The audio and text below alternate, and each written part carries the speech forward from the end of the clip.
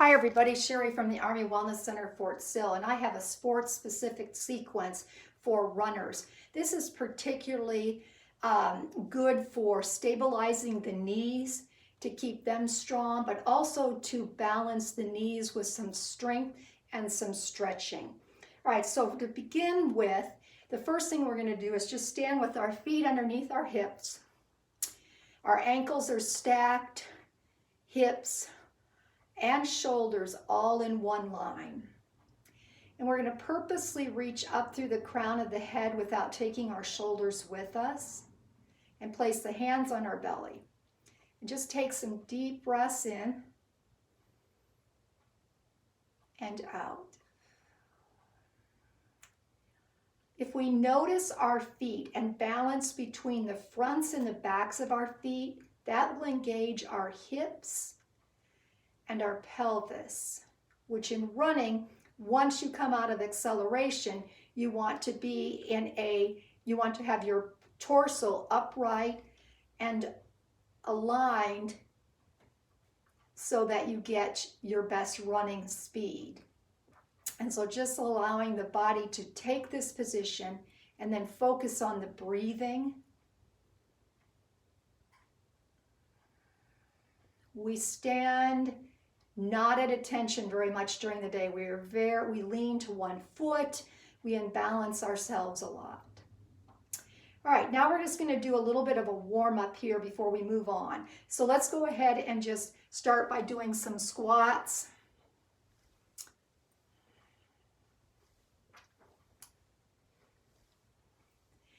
And right here, we're just mimicking that action and warming up the hip flexors, the knees, and the ankles that are involved in the running process.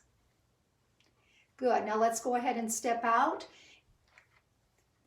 pointing our toes out toward the corners of rooms, heels in, and this we are just giving ourselves some other positions to work on for the knee. And so what do we want to do? A stable knee is going to follow the line of the ankle and the toes. We want to make sure that the knees do not go over the toes.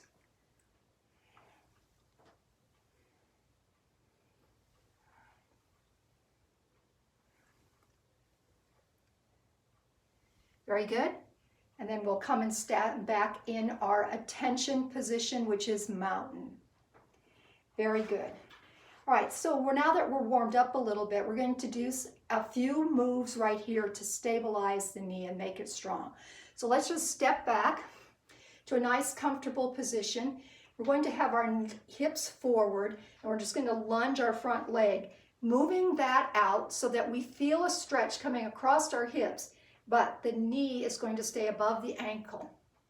And then getting that lifted torso that is a part of running by extending our arms overhead, setting our shoulder blades down, palms turning in. And then breathing in. Whenever we can practice doing diaphragmatic breathing, where we actually feel the belly expanding with the breath, more so than the chest. And then exhale breath by drawing the navel to the spine. We are actually increasing our lung capacity while at rest, which will help a runner in increasing their VO2 max.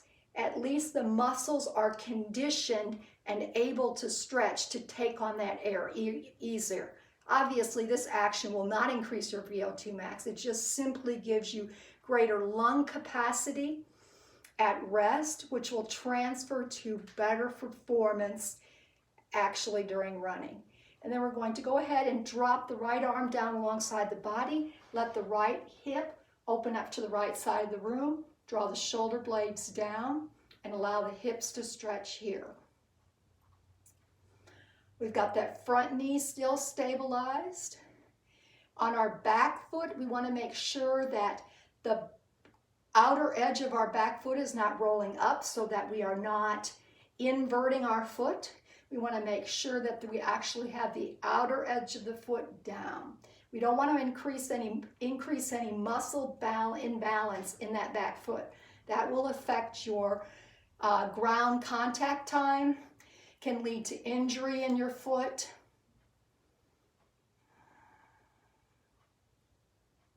And then the last one, we're just going to reach up with our left arm and lock that shoulder down and open that left lung for more breath.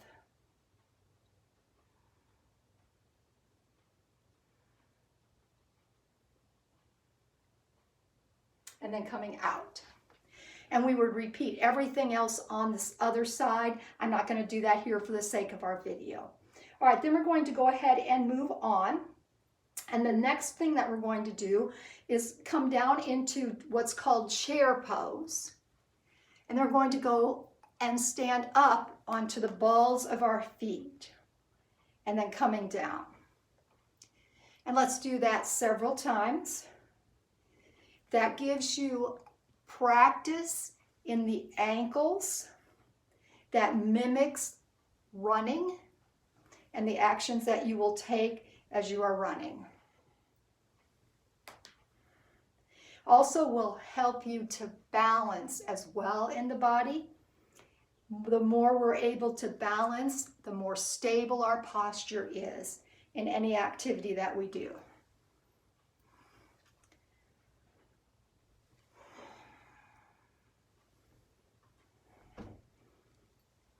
Very good. Let's do 2 more of those.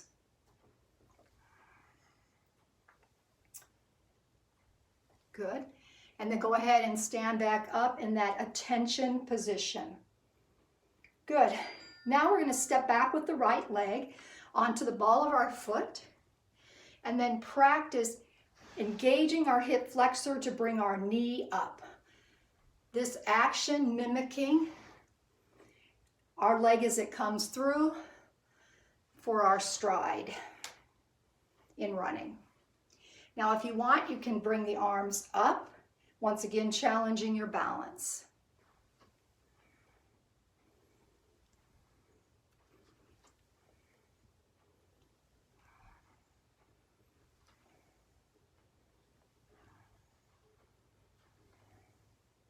Good, and then coming back down.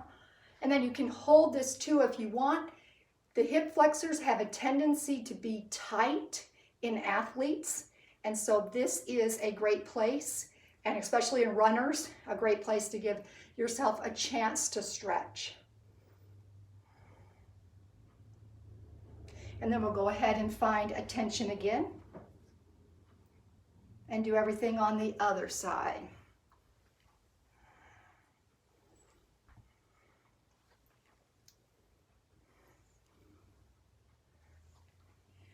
And of course, you can vary the speed on this as well. As you get better at it, you can do it faster. As you know, as a runner, the fastest runners are going to have a quicker ground contact. They're going to hit it and have a lot of force and come off it much quicker than novice runners. Very good. And then holding for the stretch.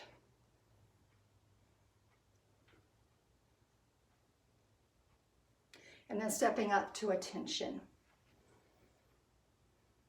Since there's a lot of arm action in running, we're going to mimic that in the next move. So taking our arms overhead and then coming down into a twisting chair. So gauging and warming up the obliques and practicing that motion. What's nice here is we can keep our good posture and then come back to that good posture and here into the twist. Keeping the hips forward all the time.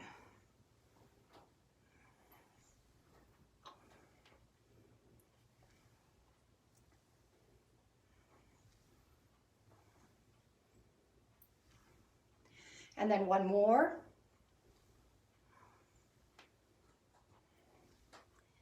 Very good. And then relax those arms down. Now we're going to move to the floor and work on the glutes a bit. So we want to stabilize by working the muscles in the back of the knee. So going ahead and just finding our spot on the floor. I've got to make sure I get in the camera here. All right, so I'm going to be doing a bridge pose. My feet are underneath my ankles, so that way I've got that good alignment. I want to pretend like I'm squeezing something between my legs to get my core involved. And then I'm going to lift my hips up, stabilizing those knees and lowering down. So the legs really aren't going to move, at least from the knee down to the feet. The only action is me lifting the glutes off the floor and bringing them back up again.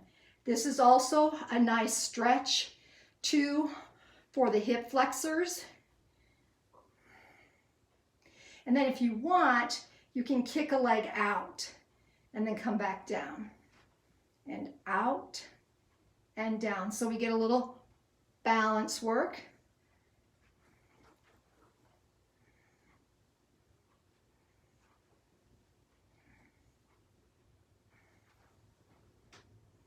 And let's do 2 more on each side.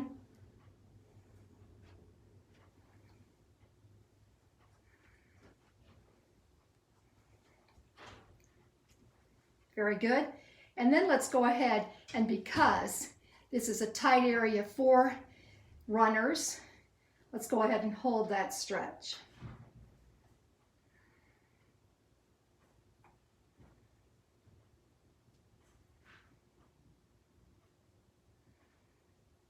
And then lower the hips down. Roll over onto our side. And from here, let's go ahead and reach for our ankle and allow our knee to bend. Let me go ahead and take this position here so you can see me a little bit better. I just straighten my body out in line. I'm going to reach back and stretch the quads here by grabbing a hold of my ankle. Quads are also very tight, typically have an area to be tight in athletes, runners in particular.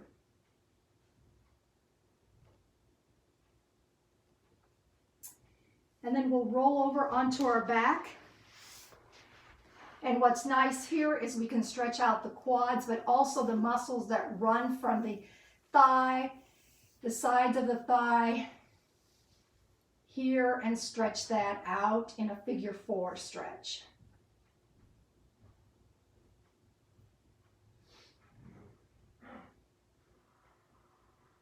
And then placing our foot down, we'll release the other foot and roll over onto the other side. And reaching again. If you're not able to reach your ankle, you can always use a belt, such as like a bathrobe belt, a soft belt, or a ribbon that you can just wrap around the front of the ankle, clasp it here, and stretch it. A hand towel can work as well.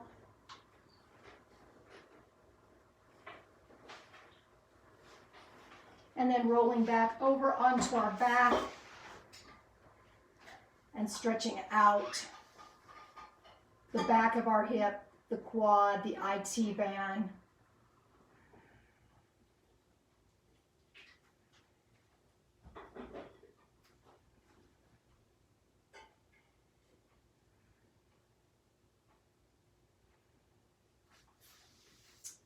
And then release.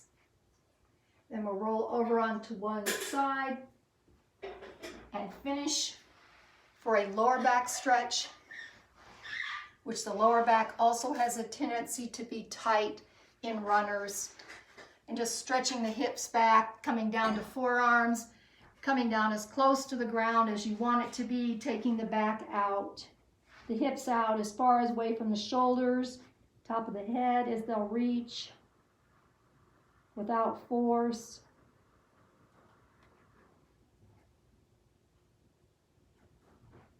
And every time we stretch, just finding that breath that is smooth and even.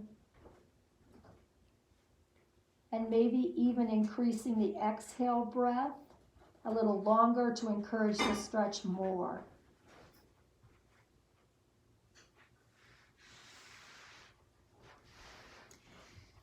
Thank you for tuning in.